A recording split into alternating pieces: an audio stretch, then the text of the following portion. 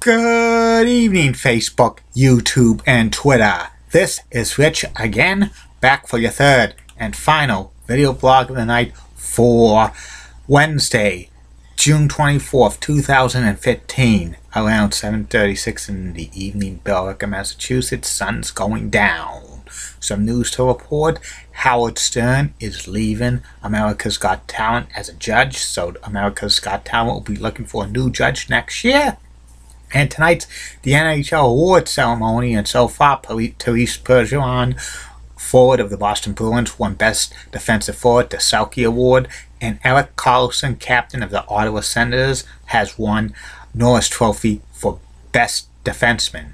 And that's about it on the news.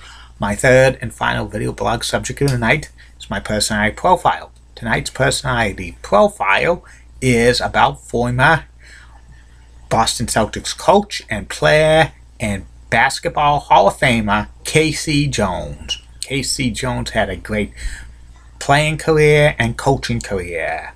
His real name is actually K.C. Jones, and he was born and he grew up in Taylor, Texas. And he played basketball in high school and was a pretty good basketball player in Texas. He went to college for San Francisco, the University of San Francisco. He was college teammates with his future Celtics teammate Bill Russell.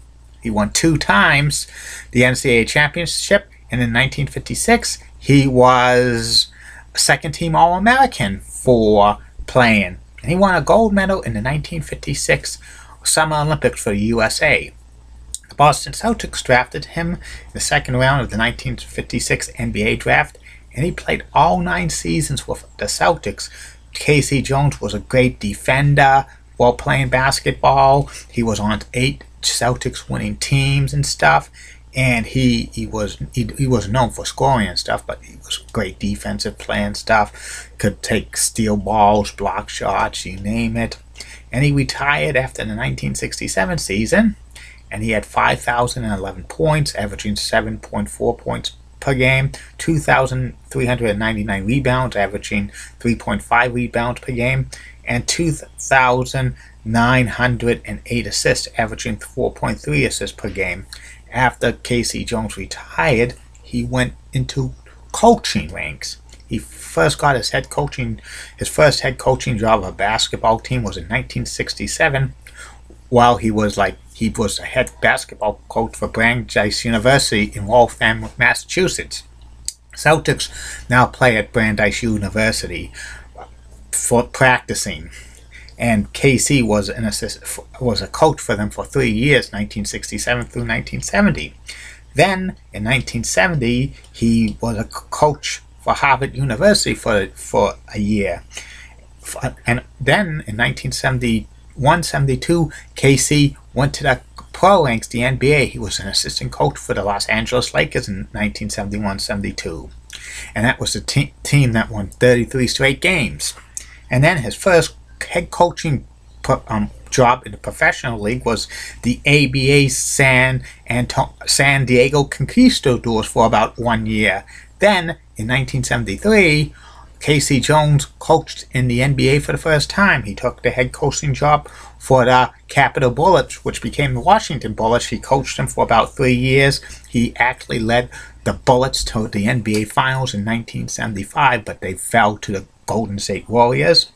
In 1976, K.C. Jones became an assistant coach for the Boston Celtics, and he was an assistant coach for 7 seasons with the Green Team under several different head coaches: Tommy Heinsohn, Satch Sanders, Dave Cowens, and Bill Fitch. In 1983, K.C. Jones got the opportunity to coach the Boston Celtics, and he coached them for 5 seasons, winning 2 NBA championships and also leading the Celtics to 2 more NBA finals. He coached a lot of NBA All-Star teams and stuff. He was a very great coach. He never won a Coach of the Year award. And then he left the Celtics after the 1988 season, but he got the urge to coach again. He actually, started off back as becoming an assistant coach for the Seattle Supersonics in 1989. Eventually, he became their head coach, and he coached them for about 2.5 years. He was the first coach of Pro Basketball Hall of Famer Gary Payton and also Sean Campbell, among others. And he got fired in the middle of the 1991-1992 season. Then K.C. Jones went back to assistant coaching for a couple of years with the Detroit Pistons and back in as assistant coach for the Boston Celtics. He actually ended his coaching career, K.C. Jones, for 2 years in 1997 and 1998 for the New England Blizzards, which was a women's basketball team in the old ABL, which was a competitor to the WNBA. And when that team folded, his coaching career was over. Now K.C. Jones, it works for the University of Harvard Athletic Office, and he's the color man for the University of Harvard men's basketball team games on the radio.